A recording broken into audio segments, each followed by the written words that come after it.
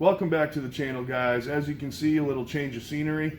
So we're here at my shop, and it's just easier for me to do this engine build here at my shop rather than at my house. All my tools are here, as you can see in this big toolbox behind me. So you know, we're gonna need some special tools, especially a puller for the clutch, stuff like that. But got some exciting things coming to the channel, so I hope all you guys are subscribed. I want to show you guys this, and I'm hoping down in the comments you can tell me what you think it is. I'm not going to give it away just yet, so write down in the comments what you think it is. But let's grab this phone and we'll show you what we're working with. All right, guys, here it is. Who can tell me what it is? Write down in the comments below. Take your best guess. It's going to be some exciting stuff coming to the channel. A lot of fun. So let's get over to the bench and rock and roll on this engine. Alright guys, we're over here at the bench. As you can see, it's all laid out, ready to be assembled. Everything was cleaned with brake clean, oiled, all that stuff prior to laying this out. Obviously we did some machining and stuff like that, so there was some chips and stuff like that that needed to be cleaned out of it. So we got that all taken care of. It's ready to be assembled. We're going to oil a couple things. If you remember in the first video when I disassembled this, there was rust on the crankshaft right from the factory. So what I did was I took a red Scotch-Brite and just soaked it in 2-stroke oil, and then, you know, cleaned up the crank real good. And then obviously, like I said, cleaned out the case with gasoline and all that happy good stuff. So we got the crank clean, and this thing's ready to rock and roll. So basically, let's just jump into this. I'm going to start by putting the piston on the rod and all that stuff, and we'll continue on from there. So let's get after this thing.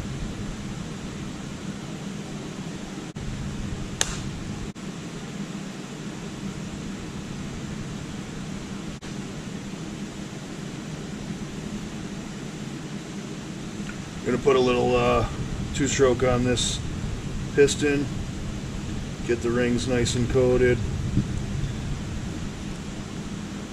Just going to put some nice 2-stroke all over the rings, make sure all the ring lands are nice and lubricated. Spread a little on the skirt, set our rings on our pins. We're going to set this down for a second. We're going to grab our wrist pin and our bearing, put oil directly on the needle bearing, give it a couple runs around the pin. We want to soak everything, the pin, the bearing, everything. So now we're going to pull this bearing off, set this aside. We're going to grab our piston, and we are going to pull this crank up on top dead. Put our bearing in our rod. And we're going to proceed to put the pin in.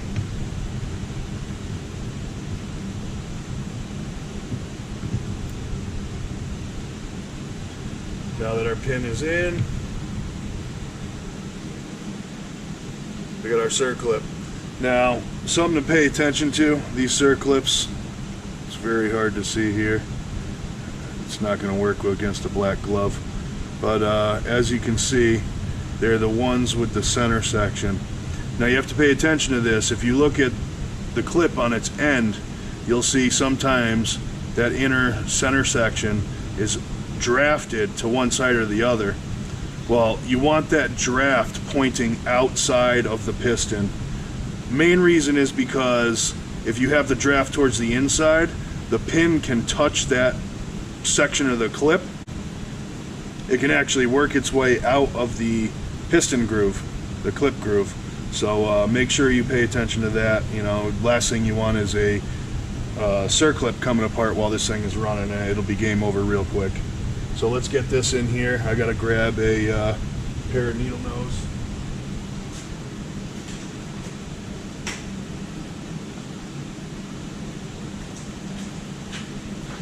And then we're just going to throw this clip in. Typically I like to set these at 12 o'clock, the center section there, the inboard section, that little tang. I like to set them at 12 to 6. So what we're going to do is we're just going to roll this baby in here. So as you can see, we got a 12 to 6, if you can even see that. Lighting is awful in here, just like it is at my house. So 12 and 6 on that tang, and like I said, if it's, you know, swayed one way or the other, you want that way to be out. That way the wrist pin doesn't push the clip right out of that bore. So we got the piston installed. We're all lubricated up.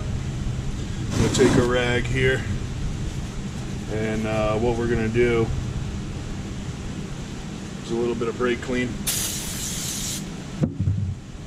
And we're going to clean this land of the case, just in case there's any oils on it. We want that surface nice and clean. Reason being is the base shim that I made obviously is aluminum. So we are going to be using a small amount of gasket maker. 2 machine surfaces should seal, but you can't say for sure that this case is perfectly flat. So a little bit of sealer on there will make sure if any imperfections are filled. So let's do that. We got that all cleaned up. And we're going to take our base gasket that I machined, and we're going to use some RTV.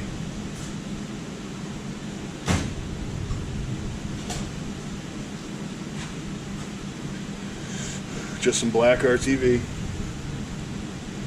And we're just going to go nice around this thing. Very, very light coat. We're just going to coat it up here. Like I said, we're just looking to correct any imperfections in the case.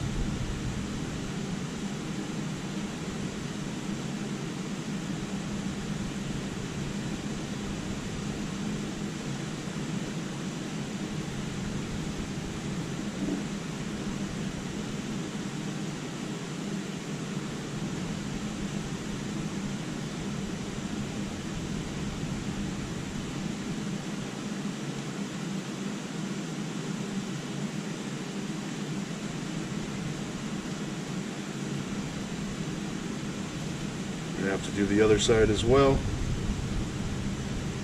Just a very thin coating. We're not looking for anything crazy.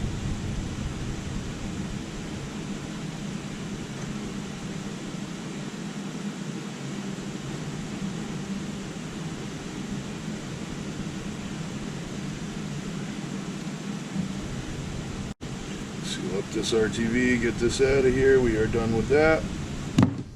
So let's get another rag here. We're just going to clean up the edges of this, both the outside and the inside.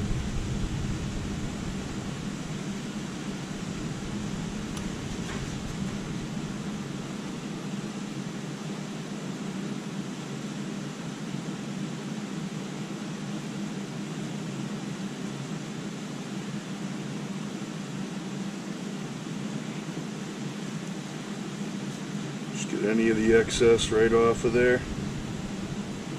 Alright, so now we're ready to pop this baby down on there.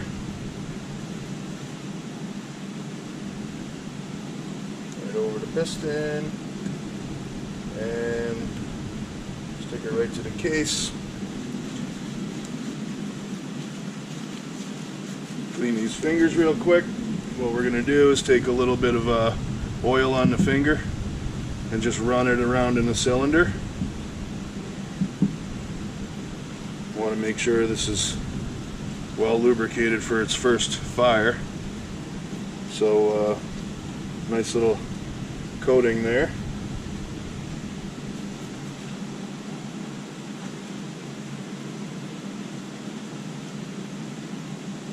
Then we are going to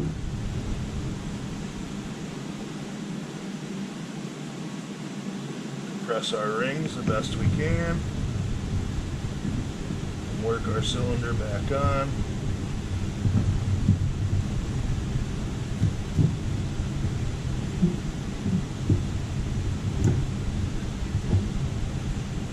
are. We got our cylinder on.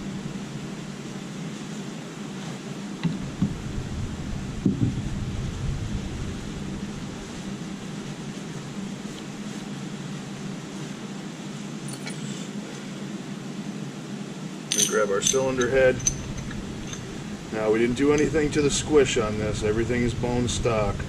So, you know, our squish angle, our bubble volume, everything is remaining the same. We're using the factory shim, which is 20 thousandths. And now we install this and get the head bolts in.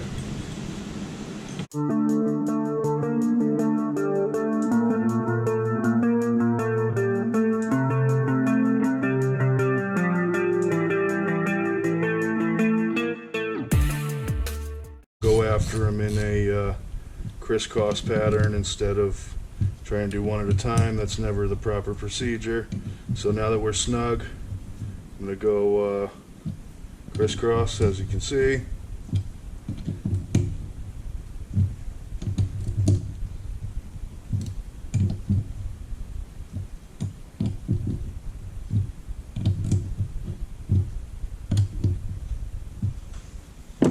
Not so tight you're going to blow the threads out of the case. So we're all bolted together. Make sure she rolls over okay. And yes, she does. And she's definitely different. She's got a lot more compression. So beautiful. We are there. Our cylinder is on. That's a good thing. So now we're going to move on to the clutch assembly. So that's one thing I wanted to go over with you guys too. Let me get rid of this garbage here. So as far as the factory clutch, you can see it here. I'll hold up the parts.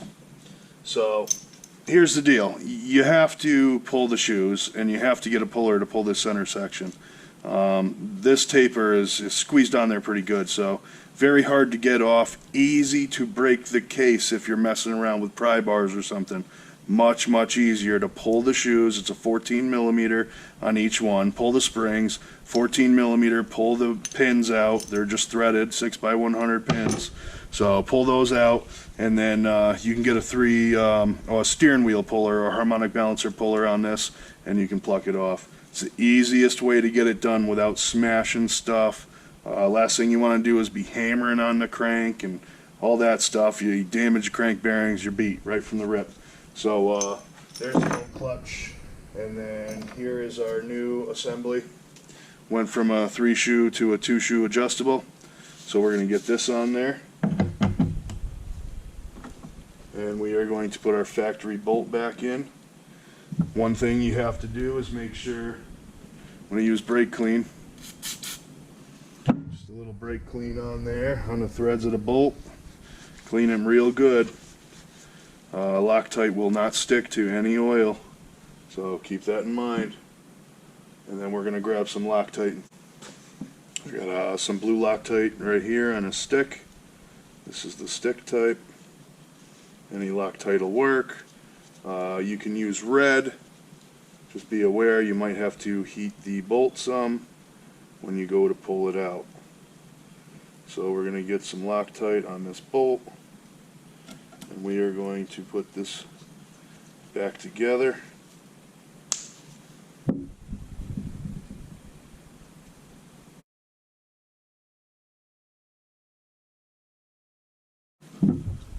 So now we are on to the reed cage. Let's go right for the reed section. We're going to pull the factory reed assembly off the pedals.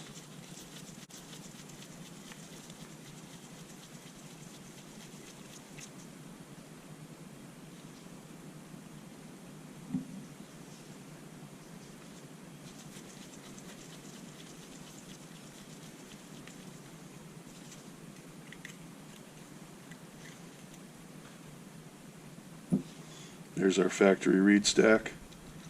Tin. Garbage. So there's our factory reeds. We'll throw those aside. We are actually going to grab our carbon fiber reeds. We got some carbon reeds, so we are going to throw this together. Right back in the same spot.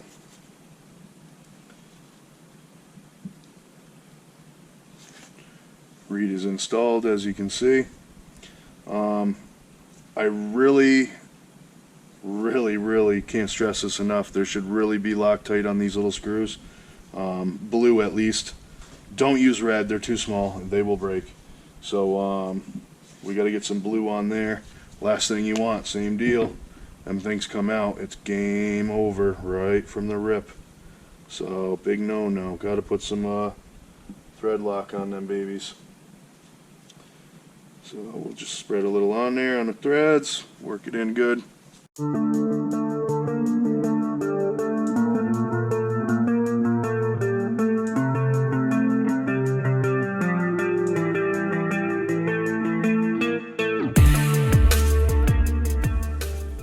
And we're also going to clean the reed block side.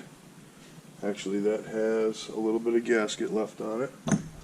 So we're going to take a razor blade, clean this up. I guess I didn't have all the parts clean, guys. I lied. Quick enough, though. So we'll get that paper off of there.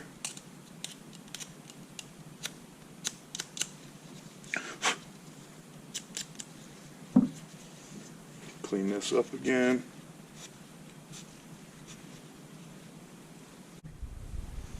Now, one thing when you're putting this together, you got to pay very close attention to. When you assemble it, there is a top and bottom side. The reeds, if you assemble it incorrectly, will be wide open. This thing will not even start if they're stuck wide open. Won't even think about it. So make sure your reeds are seated properly against the block when you thread this all down tight. Like I said, if they're stuck open, it will never even fire. So keep that in mind. So we got this all cleaned up. We're going to replace the gasket that I ripped when I disassembled this. Just like that.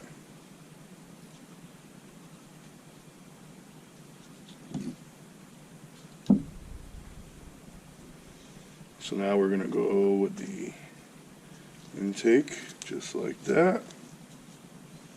And we have 4 bolts.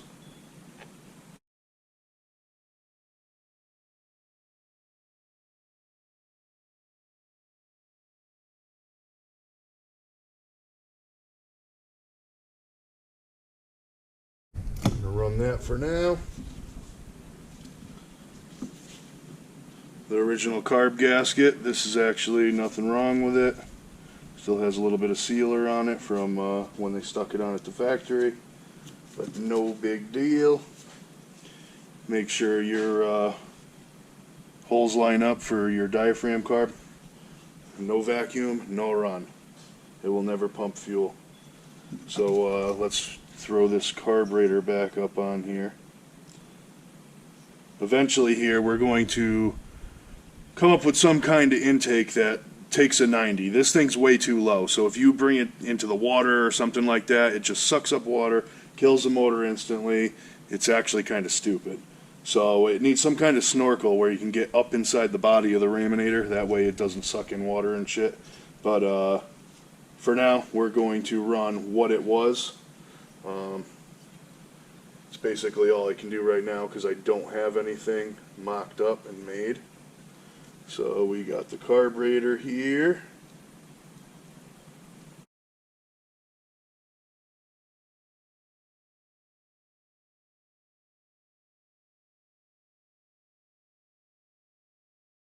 So last step, we're going to get this cover on.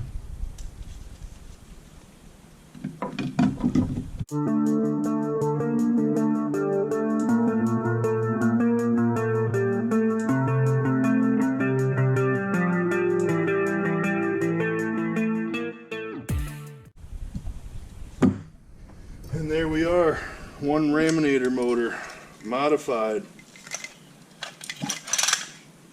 ready for rocking and rolling. That's what we like. Make sure everything works, functions.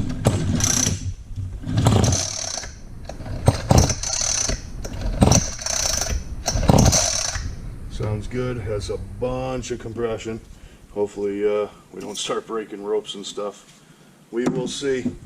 Another thing we can do too is there's still plenty of tunability up here in the cylinder head. So we're going to run it the way it is for now. See what we got. It's right around 40 thousandths for a squish or headspace. So we have plenty of room to play with there. We can probably go all the way down to 20. So in all reality, if there's 40, we can pull the head shim right out and go right to 20. So, you know, that's always an option. More speed, more power. Compression is going to add a bunch of torque. So, I guess we're going to see what happens here. But there it is, guys. All put back together, ready to rock, adjustable clutch. All beautiful. We will get rid of the Chinese spark plug. We'll throw an NGK or something in there. Something good. But that's it, guys. She's ready for a Raminator. So stay tuned. We're going to get this thing fired.